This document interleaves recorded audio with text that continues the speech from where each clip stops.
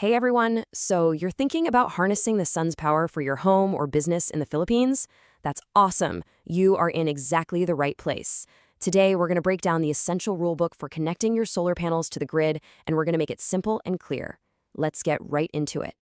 So, the big question, are you thinking about putting solar panels on your roof? It's a really exciting step, right? I mean, clean energy, lower electricity bills, what's not to love? But before you start, there's a crucial process you've got to understand to make sure everything is done safely and correctly. And this is where it all starts. Meet the Philippine Distribution Code, or the PDC. Now, I know, a document like this can look a little intimidating, but think of it less like a barrier and more like your guide. It's really just designed to make sure that when you connect your system, the entire power grid stays safe and reliable for everyone. So what is it exactly? Well, the PDC is the official set of rules for anyone and everyone who uses the electricity distribution system. Its main goal is just to maintain the quality and reliability of the power supply. So in short, this code is the key that lets you not just use power, but safely sell it back to the grid, making sure it's done in a way that doesn't cause any issues for you or your neighbors. All right, let's start with the very first step in your installer's journey, figuring out the size of your system.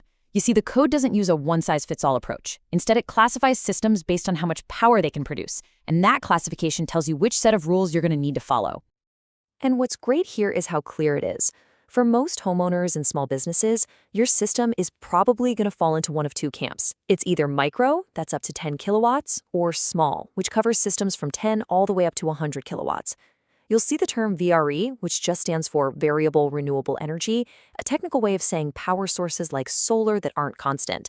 These two categories are exactly what we're going to be focusing on. Okay, so you know your system size. What's next? The connection process.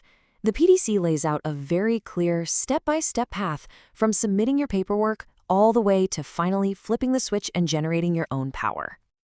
This right here is your roadmap, straight from Section 4.3 of the code. It all starts when you submit your application with all the technical details.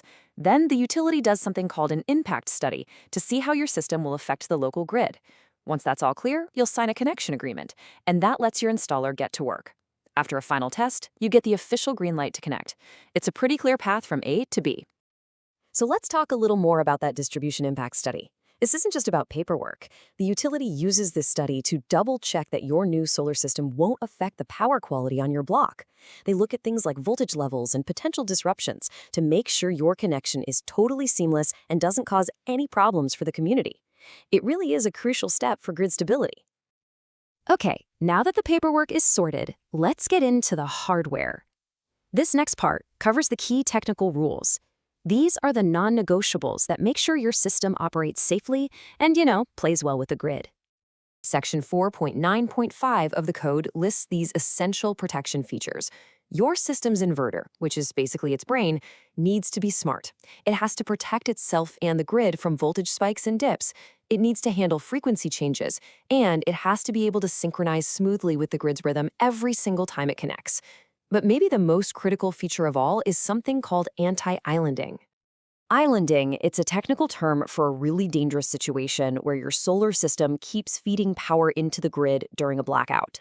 This could actually energize downed power lines, which is a huge hazard for utility workers who are trying to make repairs.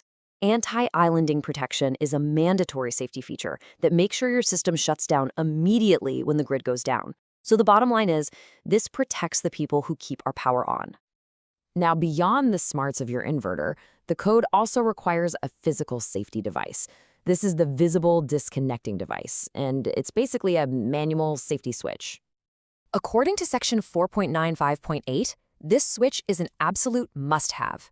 It has to be easily accessible to utility workers so they can physically and visually confirm that your solar system is completely disconnected from the grid before they start any work. It also has to be lockable, usually with a padlock, to prevent it from being accidentally turned back on. This is a simple but totally vital piece of hardware for keeping everyone safe. We are almost at the finish line. The final piece of the puzzle is metering. Once your system is safely installed, you need a way to measure the electricity you produce and the electricity you consume. Your old electric meter, it really only spins one way. But with solar, you'll need a bidirectional meter. This special meter tracks the electricity you pull from the grid when your panels aren't producing enough, and, just as importantly, it tracks the surplus energy you export back to the grid. This is the whole foundation of net metering, where you can actually earn credits for the extra power you generate. And there you have it. The Philippine Distribution Code might seem complex, but its purpose is actually really simple: to provide a safe and reliable path for you to join the clean energy revolution. By understanding these key steps, from sizing and connection to those crucial safety rules, you're well on your way. This code isn't just a set of regulations. It's the blueprint for building a smarter, cleaner energy grid one rooftop at a time. The only question left is yours next?